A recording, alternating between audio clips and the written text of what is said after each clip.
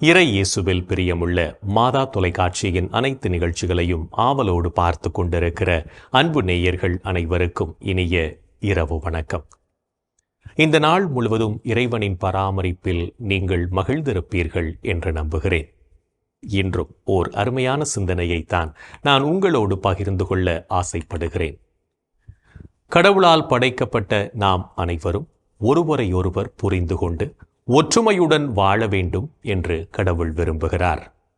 நாம் ஒன்றுபட்டால் உண்டு வாழ்வு, ஒற்றுமையே வலிமை என்பன போன்ற நம் முன்னோர்களின் முதுமொழிகள் எல்லாம் மனிதன் இணைந்து வாழும் குடும்பத்தில் ஒருவர் மற்றவரோடு இணைந்து வாழ்வதில் கொடுக்க வேண்டிய ஒத்துழைப்பை நமக்கு கற்றுத்தருகின்றன. கணவன் மனைவி பரஸ்பர உறவுக்குள் ஒத்துழைப்பு இல்லையெனில் அவர்களின் உறவு உடைபடுவது உறுதி. இன்றைய காலகட்டத்தில் பெற்றோர் பிள்ளைகளுக்கிடையிலேயான ஒத்துழைப்பு குறைகின்றது. வீட்டில் என்ன நடக்கின்றது என்ற புரிதல் கூட நம்மில் பலருக்கு இருப்பதில்லை என்பது வருத்தம் அளிக்கிறது. மகிழ்வும் வளமும் குடும்பத்தில் குறைகின்றது. உண்மையான ஒத்துழைப்பு குடும்ப உறுப்பினர்களுக்கிடையே உண்டென்றால் ஒருவர் மற்றவரின் கனவுகளை நனவாக்க இணைந்து செயல்பட வேண்டும் என்பதை புரிந்து கொள்வோம். கூடி வாழ்ந்தால் கோடி நன்மை பெறுவோம். கூடி வாழ்தல் நாம் ஒருவர் மற்றவருக்கு காட்டும் ஒத்துழைப்பில் தான் இருக்கிறது. அமெரிக்க தொழிலதிபரும் ஃபோர்ட் மோட்டார் கம்பெனியின் நிறுவனருமான ஹென்றி ஃபோர்ட் வெற்றிக்கான வாய்ப்பாட்டை பின்வருமாறு கூறுகின்றார். இணைந்து வருதல் தொடக்கம், இணைந்து இருத்தல் வளர்ச்சி, இணைந்து பணிபுரிதல் வெற்றி. நோபல் பரிசினை வென்ற தென்னாப்பிரிக்க அதிபர் நெல்சன் மண்டேலா, நீ உன்னுடைய எதிரியுடன் சமாதானம் செய்ய விரும்பினால் நீ உன்னுடைய எதிரியுடன் பணி செய்ய வேண்டும், பிறகு அவன் உன்னுடைய பங்காளி ஆவான் என்கிறார். நாம் செய்யும் பணியில் வெற்றி காணவும் எதிரியுடன் சமாதானமாகிடவும் பிறருடனான ஒத்துழைப்பு இன்றியமையாதது என்பதே மாமனிதர்கள் நமக்கு உணர்த்தும் உண்மை. எனவே நாமும் நம்மால் முடிந்த அளவு ஒத்துழைப்புடனும் ஒற்றுமையுடனும் வாழ நம்மை தயார்படுத்துவோம். பேராசிரியர் ஒருவர் ஒரு நிகழ்வை இவ்வாறு பகிர்ந்து கொண்டார். அவர் தங்கியிருந்த வீட்டிற்கு அடுத்த வீட்டில் திடீரென ஒரு நாள் கூட்டம் திரண்டிருந்தது. 10-15 பேர் வருவதும் போவதுமாக இருந்தனர். அன்றைய நாள் முழுவதும் ஏதோ பேசிக்கொண்டும் இருந்தனர். அதை பற்றி அவர் விசாரித்த போது, ஒரு வாரத்திற்கு முன்பு பக்கத்து வீட்டுக்காரரின் மனைவி இறந்து விட்டதாகவும் அவர்களுடைய பிள்ளைகள் வெளிநாடுகளில் வேலை பார்த்து வந்ததால் அவர்கள் வரும் வரை காத்திருந்து அன்று அடக்கம் செய்ய முடிவு செய்திருப்பதாகவும் அறிந்து கொண்டார். இந்த ஒரு வாரம் அவர்கள் என்ன செய்து கொண்டிருந்தார்கள் என்று கேட்டதற்கு, அவர்கள் வழக்கம் போல அலுவலகத்திற்கு சென்று வந்தார்கள் என்று அவருக்கு பதில் தரப்பட்டது. நாமும் பல வேளைகளிலே இப்படித்தான் வாழ்ந்து கொண்டிருக்கிறோம். இத்தகைய நிலையை தவிர்த்து அடுத்தவருக்கு ஆபத்து என்று வருகின்ற போது உதவிக்கரம் கொடுப்போம். நம்மால் முடிந்த ஒத்துழைப்பை நல்குவோம். இன்றைய தினத்தை எடுத்துக்கொள்வோம். இந்த நாள் முழுவதும் நாம் மற்றவர்களுக்கு நமது ஒத்துழைப்பை கொடுத்தோமா என்று யோசித்து பார்ப்போம். மேலும் இந்த நாளில் நமது செயல்பாடுகள் எப்படிப்பட்டதாக இருந்தது என்று நம்மையே நாம் கேட்டு பார்ப்போம்.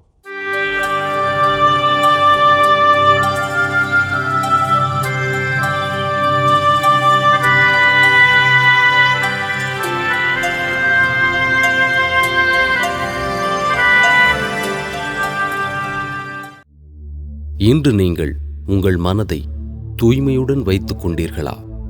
அமைதி அருளும் கடவுள்தாமே உங்களை முற்றிலும் தூய்மையாக்குவாராக. அவரே நம் ஆண்டவர் இயேசு கிறிஸ்து வரும்போது உங்களுடைய உள்ளம், ஆன்மா, உடல் அனைத்தையும் குற்றமின்றி முழுமையாக காப்பாராக. இன்று நீங்கள் மற்றவர்களை பழிவாங்கும் எண்ணத்தோடு நடந்து கொண்டீர்களா? பழி வாங்குவோர் ஆண்டவரிடமிருந்து பழிக்கு பழியே பெறுவர். ஆண்டவர் அவர்களுடைய பாவங்களை திண்ணமாய் நினைவில் வைத்திருப்பார். இன்று நீங்கள் உங்களோடு உள்ளதை மற்றவரோடு பகிர்ந்து கொண்டீர்களா? பணத்தை உன் சகோதரர்களுக்காகவோ நண்பர்களுக்காகவோ செலவிடு. அழிந்து போகும்படி அதை கல்லுக்கு அடியில் மறைத்து வைக்காதே.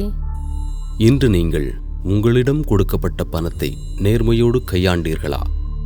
செல்வத்தின் மீதுள்ள விழிப்பு உடலை நலியச் செய்கிறது. அதை பற்றிய கவலை உறக்கத்தை துரத்தியடிக்கின்றது.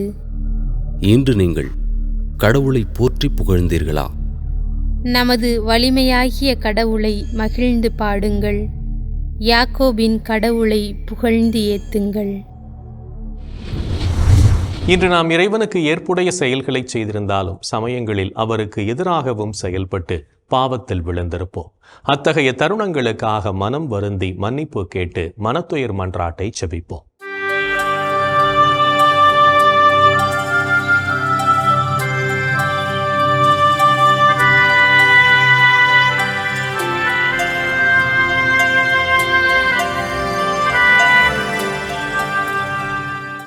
எல்லாம் வல்ல இறைவனிடமும் சகோதர சகோதரிகளே உங்களிடமும் நான் பாவி என ஏற்றுக்கொள்கிறேன்.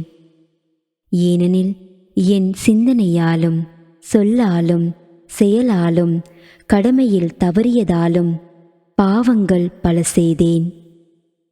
என் பாவமே, என் பாவமே, என் பெரும் பாவமே.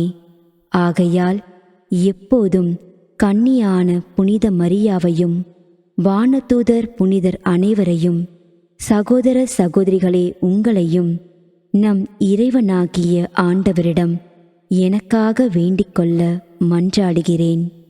ஆமேன். மனத்துயர் மன்றாட்டை செபித்ததன் வழியாக இறைவனிடமிருந்து மன்னிப்பை பெற்றிருப்போம் என்ற நம்பிக்கையோடு இறை வேண்டலில் இணைவோம்.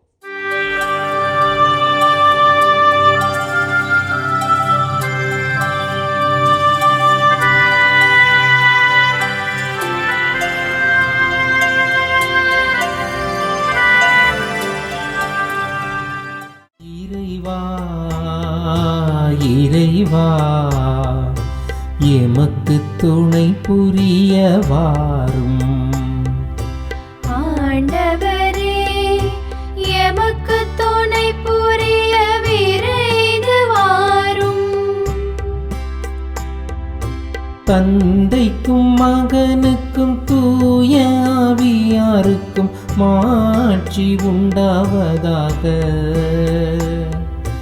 தொடக்கத்தில் இருந்தது போல் இப்பொழுதும் எப்பொழுதும் என்றென்றும் இருப்பதாக. ஆமென்.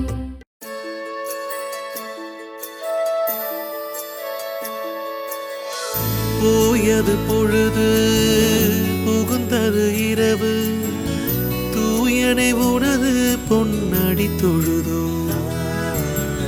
நேயமையெல்லாம் ஏதமும் நீக்கி நீயமையாண்டு காத்தருளையா.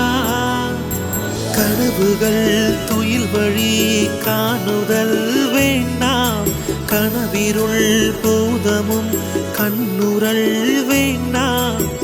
சினமுறு பகைவர் முரணலாம் வெல்வார், ஈனமும் உடலில் அணுகிடாது அருள்வார்.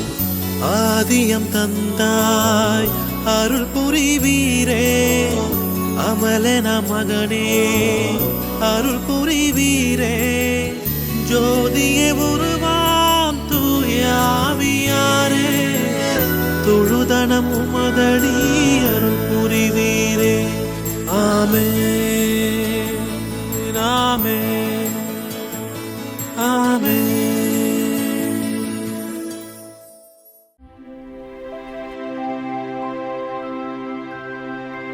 ஆண்டவரே, ஆண்டவரே, எனக்கு இறங்கி என் வேண்டுதலுக்கு செவி சாய்த்தருளும். ஆண்டவரே, ஆண்டவரே, எனக்கு இறங்கி என் வேண்டுதலுக்கு செவி சாய்த்தருளும்.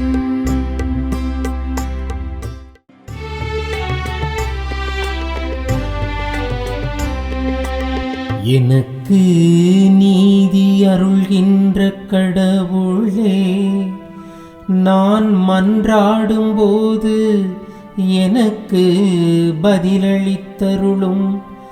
நான் நெருக்கடியில் இருந்தபோது நீர் எனக்கு துணை புரிந்தீர், இப்போதும் எனக்கு இறங்கி என் வேண்டுதலுக்கு செவிசாய் தருளும். மானிடரே, எவ்வளவு காலம் எனக்குரிய மாட்சிக்கு இழுக்கை கொண்டு வருவீர்? எவ்வளவு காலம் வெறுமையை விரும்பி பொய்யானதை நாடே செல்வீர்? ஆண்டவர் என்னை தம் அன்பனாய் தேர்ந்தெடுத்துள்ளார் என்பதை அறிந்து கொள்வேன். நான் மன்றாடும் போது அவர் எனக்கு செவி சாய்க்கின்றார். சினமுற்றாலும் பாவம் செய்யாதீர், படுக்கையில் உங்கள் உள்ளத்தோடு பேசி அமைதியாயிருப்பீர். முறையான பலிகளை செலுத்துவீர், ஆண்டவரை நம்புவீர். நலமானதை எங்களுக்கு அருள யார் உள்ளர் என கேட்பவர் பலர். ஆண்டவரே, எங்கள் மீது உம் திருமுக ஒளி வீசச் செய்யும். தானியமும் திராட்சையும் நன்கு விளையும் காலத்தில் மக்கள் அடையும் மகிழ்ச்சியை விட மேலான மகிழ்ச்சியை நீர் என் உள்ளத்திற்கு அளித்தீர். இனி நான் மனது அமைதியுடன் படுத்து உறங்குவேன். ஏனெனில் ஆண்டவரே, நான் தனிமையாக இருந்தாலும் நீரே என்னை பாதுகாப்புடன் வாழச் செய்கின்றீர். தந்தைக்கும் மகனுக்கும் தூய ஆவியாருக்கும் மாட்சி உண்டாவதாக. தொடக்கத்தில் இருந்தது போல் இப்பொழுதும் எப்பொழுதும் என்றென்றும் இருப்பதாக. ஆமென். ஆண்டவரே, ஆண்டவரே, எனக்கு இறங்கி என் வேண்டுதலுக்கு செவிசாய் தருளும்.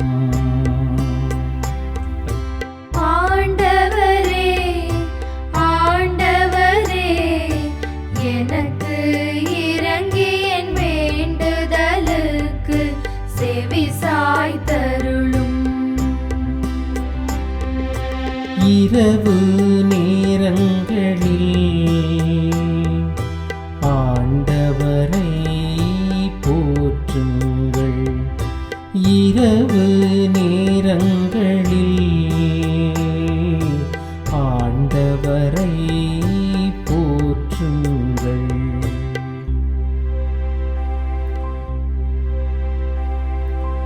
இரவு நேரங்களில் ஆண்டவரின் இல்லத்தில் பணி செய்யும் ஆண்டவரின் ஊழியரே, நீங்கள் அனைவரும் ஆண்டவரை போற்றுங்கள். தூயகத்தை நோக்கி கைகளை உயர்த்தி ஆண்டவரை போற்றுங்கள். விண்ணையும் மண்ணையும் உண்டாக்கிய ஆண்டவர் சீயோனிலிருந்து உங்களுக்கு ஆசி வழங்குவாராக. தந்தைக்கும் மகனுக்கும் தூய ஆவியாருக்கும் மாட்சி உண்டாவதாக. தொடக்கத்தில் இருந்தது போல் இப்பொழுதும் எப்பொழுதும் என்றென்றும் இருப்பதாக. ஆமென்.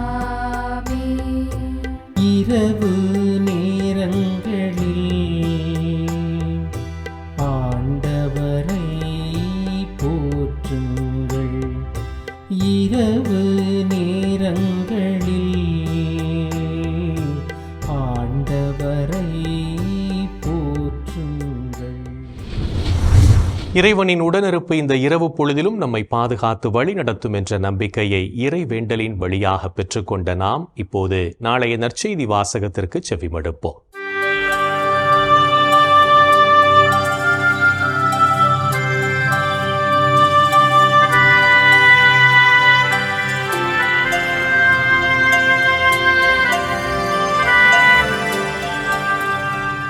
நாளைய திருப்பலி வாசகங்கள். முதல் வாசகம் சாலமோனின் ஞான நூலிலிருந்து வாசகம். அதிகாரம் 12, இறைவார்த்தைகள் 13 மற்றும் 16 முதல் 19 முடிய. பதிலுரை பாடல் திருப்பாடல் 86, இறைவார்த்தைகள் 5 முதல் 6, 9 முதல் 10 மற்றும் 15 முதல் 16 முடிய.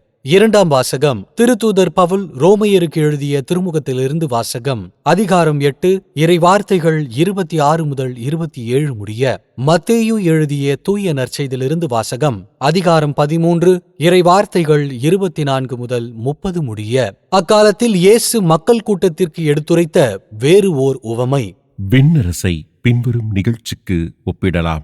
ஒருவர் தம் வயலில் நல்ல விதைகளை விதைத்தார். ஆள்கள் தூங்கும்போது அவருடைய பகைவன் வந்து கோதுமை இடையே களைகளை விதைத்துவிட்டு போய்விட்டான். பயிர் வளர்ந்து கதிர்விட்டபோது களைகளும் காணப்பட்டன. நிலக்கிழாருடைய பணியாளர்கள் அவரிடம் வந்து, ஐயா, நீர் உமது வயலில் நல்ல விதைகளை அல்லவா விதைத்தீர்? அதில் களைகள் காணப்படுவது எப்படி என்று கேட்டார்கள். அதற்கு அவர், இது பகைவனுடைய வேலை என்றார். உடனே பணியாளர்கள் அவரிடம், நாங்கள் போய் அவற்றை பறித்து கொண்டு வரலாமா? உம் விருப்பம் என்ன என்று கேட்டார்கள். அவர், வேண்டாம், களைகளை பறிக்கும்போது அவற்றோடு சேர்த்து கோதுமையையும் நீங்கள் பிடுங்கிவிடக்கூடும். அறுவடை வரை இரண்டையும் வளர விடுங்கள். அறுவடை நேரத்தில் அறுவடை செய்வோரிடம் முதலில் களைகளை பறித்து கொண்டு வந்து எரிப்பதற்கென கட்டுகளாக கட்டுங்கள். கோதுமையையோ என் களஞ்சியத்தில் சேர்த்து வையுங்கள் எனக் கூறுவேன் என்றார். ஆண்டவரின் அருள்வாக்கு. கிறிஸ்துவே உமக்கு புகழ். ஆண்டவரே, உம் கையில் என் உயிரை ஒப்படைக்கின்றேன். ஆண்டவரே, உம் கையில் என் உயிரை ஒப்படைக்கின்றேன். உண்மையின் ஆண்டவராகிய கடவுளே, எம்மை மீட்பவர் நீரே. ஆண்டவரே, உம் கையில் என் உயிரை ஒப்படைக்கின்றேன். தந்தைக்கும் மகனுக்கும் தூய ஆவியார்க்கும் மாட்சி உண்டாவதாக. ஆண்டவரே, உம் கையில் என் உயிரை ஒப்படைக்கின்றேன். நாம் அனைவரும் தூய ஆவியாரின் தூண்டுதலை பெற்று வாழவும் அவரின் செயல்பாடுகளை புரிந்து கொள்ளவும் அழைப்பு விடுக்கும் இயேசுவின் குரலுக்கு செவிமடுத்து வாழ்வோம் என்ற சிந்தனையோடு சிமியோன் பாடலில் இணைவோம்.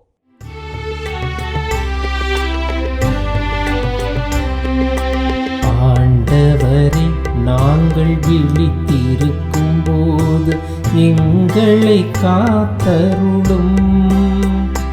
நாங்கள் தூங்கும் போது எங்களை பாதுகாத்தருளும். இதனால் கிறிஸ்துவோடு விழித்திருந்து அவரோடு அமைதியில் இளைப்பாறுவோம். ஆண்டவரே, நாங்கள் விழித்திருக்கும் போது எங்களை காத்தருளும். நாங்கள் தூங்கும் போது எங்களை பாதுகாத்தருளும். இதனால் கிறிஸ்துவோடு விழித்திருந்து அவரோடு அமைதியில் இளைப்பாறுவோம். சிமியோன் பாடல். ஆண்டவரே, உமது சொற்படி உம் அடியான் என்னை இப்போது அமைதியுடன் போகச் செய்கிறீர். ஏனெனில் மக்கள் அனைவரும் காணுமாறு நீர் ஏற்பாடு செய்துள்ள உமது மீட்பை என் கண்கள் கண்டுகொண்டன. இம்மீட்பே பிற இனத்தாருக்கு வெளிப்பாடு அருளும் மொழி. இதுவேவும் மக்களாகிய இஸ்ராயேலுக்கு பெருமை, இஸ்ராயேலுக்கு பெருமை. தந்தைக்கும் மகனுக்கும் தூய ஆவியாருக்கும் மாட்சி உண்டாவதாக.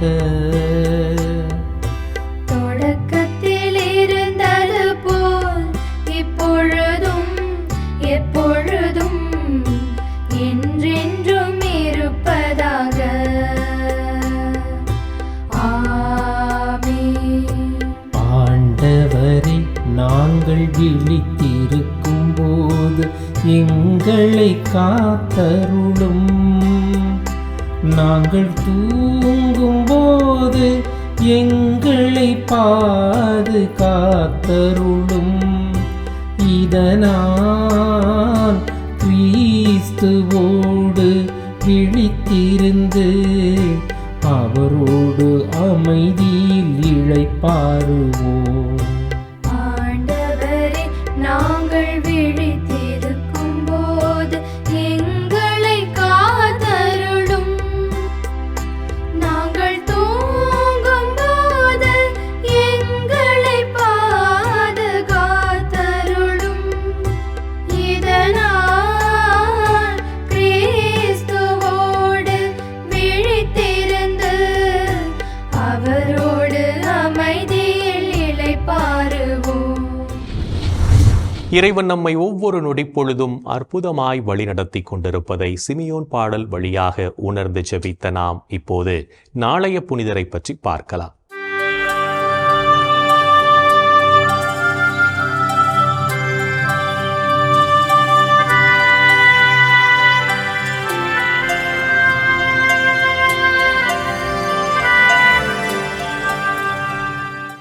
ஜூலை 19. புனித இளைய மக்ரீனா. துருக்கி நாட்டிலுள்ள கப்பதூச்சியா பகுதியில் வாழ்ந்த பெரிய பாசில் எமெலியா பெற்றோருக்கு கிபி 330ஆம் ஆண்டு பிறந்தார் மக்ரீனா. தன் தாயாரின் வழிகாட்டுதலின்படி இறை ஞானத்தோடு வளர்ந்த மக்ரீனா விவிலியத்தினை ஆர்வத்தோடு வாசித்தார். சிறு வயதில் தன் தந்தையினை இழந்த மக்ரீனா தன் தாயாரோடு இணைந்து துறவற வாழ்வில் ஈடுபட்டார். ஜெபிப்பதிலும் பிறருக்கு உதவி செய்வதிலும் சிறந்து விளங்கிய இளைய மக்ரீனா மக்களுக்கு பல்வேறு புதுமைகளை செய்தார். இவர் வாழ்ந்த காலத்தில் கப்பதூச்சியாவில் கடுமையான பஞ்சம் ஏற்பட தனது மடத்திலிருந்து உணவுப் பொருட்களை மக்களுக்கு அளித்து மக்களின் பசி தீர்த்தார். ஆண்டவரின் நற்செய்தியினை மக்களுக்கு அறிவித்து மக்கள் ஆண்டவரை ஏற்றுக்கொள்ள காரணமாக இருந்த இளைய மக்ரீனா தன் மடத்தின் தலைவியாக உயர்ந்தார். ஆண்டவருக்காக வாழ்ந்து அவரது பணிகளை திறத்தோடு செய்த இளைய மக்ரீனா உடல் நோயுற்று கிபி 379ஆம் ஆண்டு ஜூலை 19ஆம் நாள் விண்ணக பிறப்படைந்தார். தான் உயிருடன் வாழும்போது மட்டுமல்லாமல் இறந்த பின்பும் மக்களுக்கு புதுமைகள் செய்த இளைய மக்ரீனாவை திருச்சபை புனிதராக உயர்த்தியது. புனித இளைய மக்ரீனா திருவிழாவினை கொண்டாடுகின்ற நாம் உலகின் பல்வேறு நாடுகளில் பட்டினியினால் இறக்கின்ற குழந்தைகளுக்காக ஜெபிப்போம். புனிதர்கள் ஒவ்வொருவரும் தங்களது வாழ்க்கையின் மூலம் இறைவனுக்கு சான்று பகர்ந்து வாழ்ந்தவர்கள் என்பதை உணர்ந்தவர்களாய் நாமும் அவர்கள் வழியில் வாழ்ந்து இறை வழியில் பயணிப்போம் என்ற நம்பிக்கையோடு நாளைய தினம் நாம் செய்யும் செயல்களில் பொறுமையை கடைபிடிப்போம். என் அன்பு சகோதரனே, சகோதரியே, இன்றைய தினத்திலே மாதா தொலைக்காட்சிக்காக பல நிலைகளில் உதவி செய்து கொண்டிருக்கின்ற உபகாரிகளுக்காக நாம் மன்றாடுவோமா? எங்கள் அன்பே உருவான இயேசு ஆண்டவரே, இந்த மாதா தொலைக்காட்சி என்ற மாபெரும் கொடைக்காய் நன்றி சொல்லும் நேரத்திலே இதனுடைய பணிகளிலே தங்களுடைய உழைப்பிலிருந்து, தங்களுடைய தியாகத்திலிருந்து, தங்களால் இயன்ற வரைக்கும் மேலாகவே உதவி செய்து கொண்டிருக்கின்ற ஒவ்வொரு உபகாரியும் நினைத்து பார்க்கிறோம். ஒவ்வொரு மாதமும் தங்களது வருவாயிலிருந்து தியாகம் செய்து பண உதவி செய்து கொண்டிருக்கின்ற ஒவ்வொரு உபகாரிகளுக்காகவும் பல நிலைகளில் உதவி செய்கின்ற அத்தனை உபகாரிகளையும் நாங்கள் நினைத்து பார்க்கிறோம். ஆண்டவரே, இதோ இந்த உபகாரிகளை, இந்த சகோதர சகோதரர்களை நீர் ஆசீர்வதியும் ஐயா. அவருடைய தேவைகளை பூர்த்தி செய்யும் ஐயா. ஆண்டவரே, எனது சீடன் என்பதற்காக ஒரு கிண்ணம் தண்ணீர் கொடுத்தாலும் அதனுடைய பலனை பெறாமல் போகார் என்று சொன்னீரே. இதோ இந்த உமது அன்பு பிள்ளைகள், இவர்களை நீர் ஆசீர்வதியும். எங்கள் அன்பு தாயே, ஆரோக்கிய அன்னையே, உமது பிள்ளைகள் இவர்களுக்காய் பரிந்து பேசுங்கள் அம்மா. இந்த ஜெபங்களை எல்லாம் எங்கள் ஆண்டவராகி இயேசுவே உமது வல்லமையான திருநாமத்தின் வழியாக உம்மை கெஞ்சி மன்றாடுகிறோம். ஆமென். என்றும் வாழும் உயிருள்ள இறைவன், தந்தை, மகன், தூய ஆவியார் நாம் அனைவரையும் நிறைவாக ஆசீர்வதிப்பாராக. ஆமென். இந்த ஜெபத்தின் வழியாக இறை அன்பிலும் அரவணைப்பிலும் நாம் நலமோடு வாழ்ந்து கொண்டிருக்கிறோம் என்பதை உணர்ந்திருப்போம். இறை ஆற்றலும் வல்லமையும் என்றும் நம்மில் தங்கும். அன்னை மரியாவும் நமக்கு உதவிகள் செய்வார் என்ற நம்பிக்கையோடு அவரின் துணை வேண்டி இந்த நிகழ்வை நிறைவு செய்யலாம். Good night.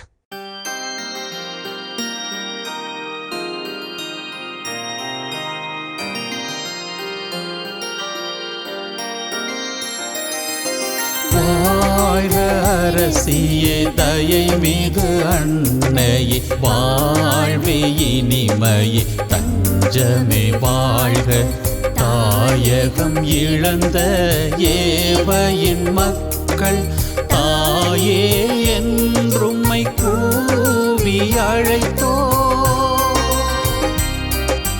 கண்ணீர் கனவாய் நின்றும்மை நோக்கி கதறியே அழுதோம், பெருமூச்செறிந்தோம். ஆதலால் எமக்காய் பரிந்துரைப்பவரே, அன்புடன் எம்மை கடைக்கண் பாரே. திருவயிற்றின் கனியாம் இயேசுவை இம்மை வாழ்வின் இறுதியில் காட்டுவி. கருணையின் உருவே, தாய்மையின் கனிவே, இனிமையின் அன்னை